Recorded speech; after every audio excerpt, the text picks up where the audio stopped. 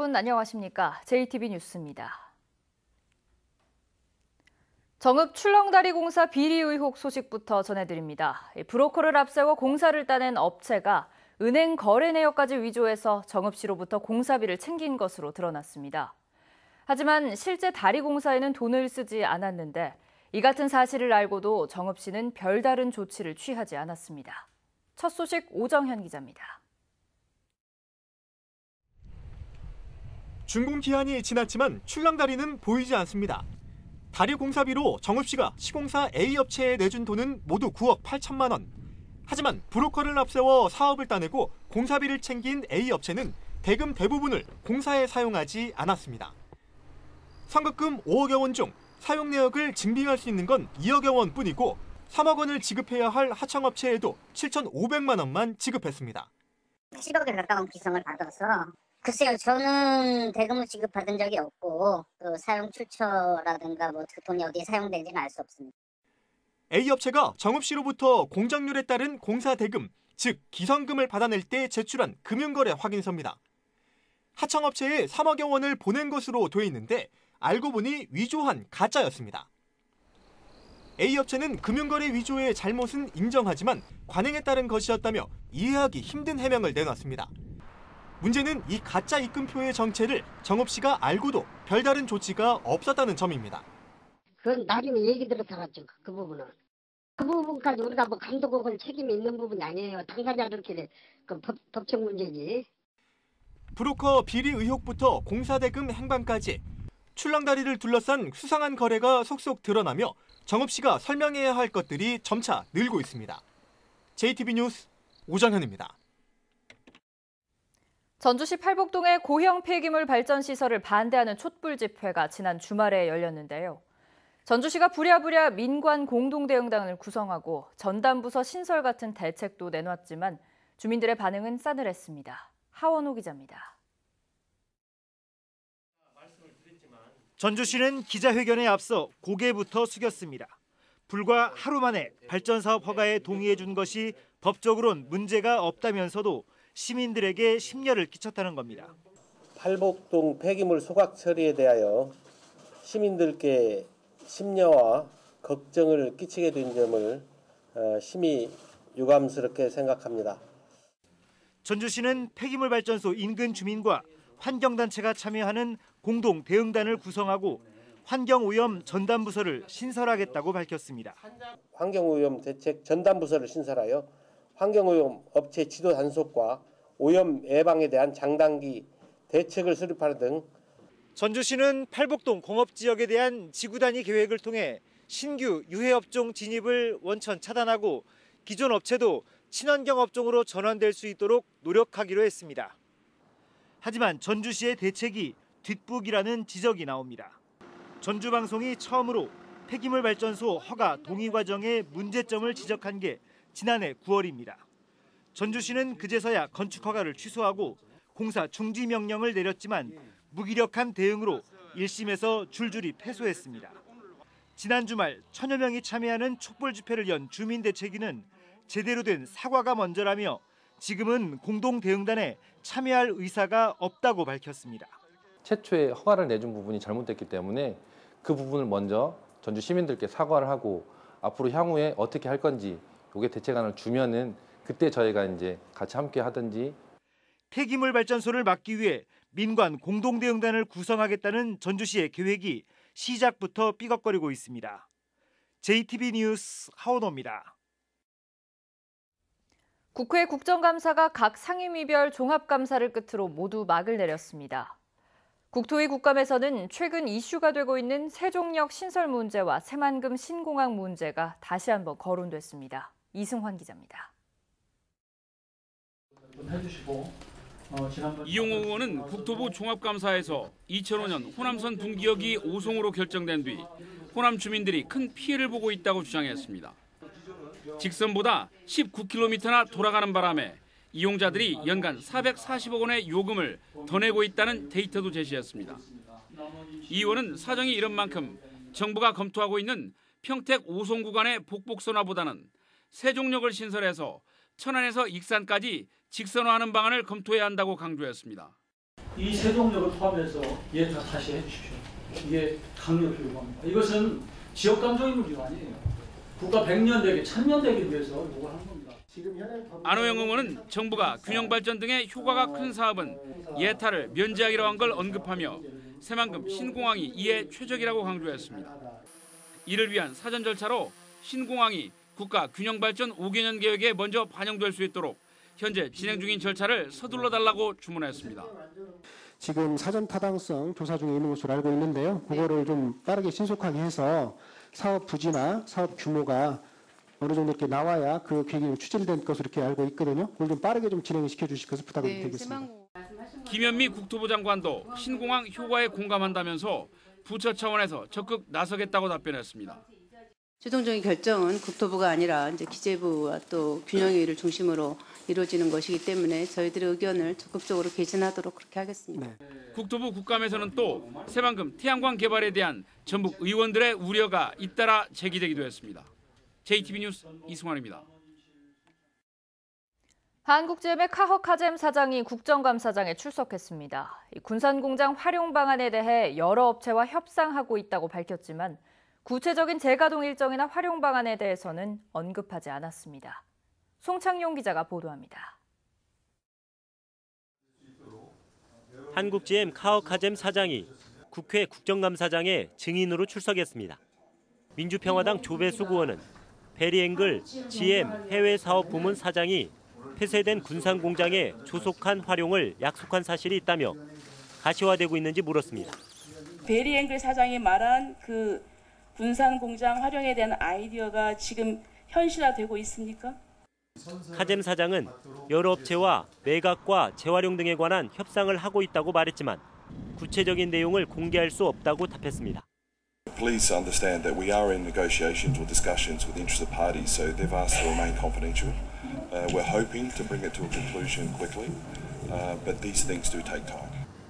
바른미래당 김관영 의원은 한국GM에서 AS 부품을 생산하기 위해 군산공장을 일부 가동하고 있는데 군산공장 재가동에 지장을 줘선 안 된다며 물류공장 활용을 제안하기도 했습니다. 물류공장을 설립하는 것에 대해서 정부의 정책 변화가 따라준다면 한국GM은 이 군산공장을 물류공장으로 운영할 계획을 가지고 있는지에 대해서. However, we are in discussions with a number of parties at the moment for redevelopment and transfer. So we will need to see how those discussions occur before we consider other alternatives. 한편 카잼 사장은 한국GM의 연구개발법인 분리가 한국시장 철수를 예고하는 것 아니냐는 의원들의 질의에 철수할 계획이 전혀 없고 법인 분리가 오히려 경쟁력 강화에 도움이 될 것이라고 반박했습니다. JTB 뉴스 송창용입니다. 전북대 차기 총장 임용 후보자로 김동원 공대 교수가 선출됐습니다. 김동원 당선자는 창의적 교육을 통해 글로벌 리더를 육성하고 어려운 대학 재정을 위한 발전 기금을 크게 늘리겠다고 밝혔습니다. 조창현 기자입니다.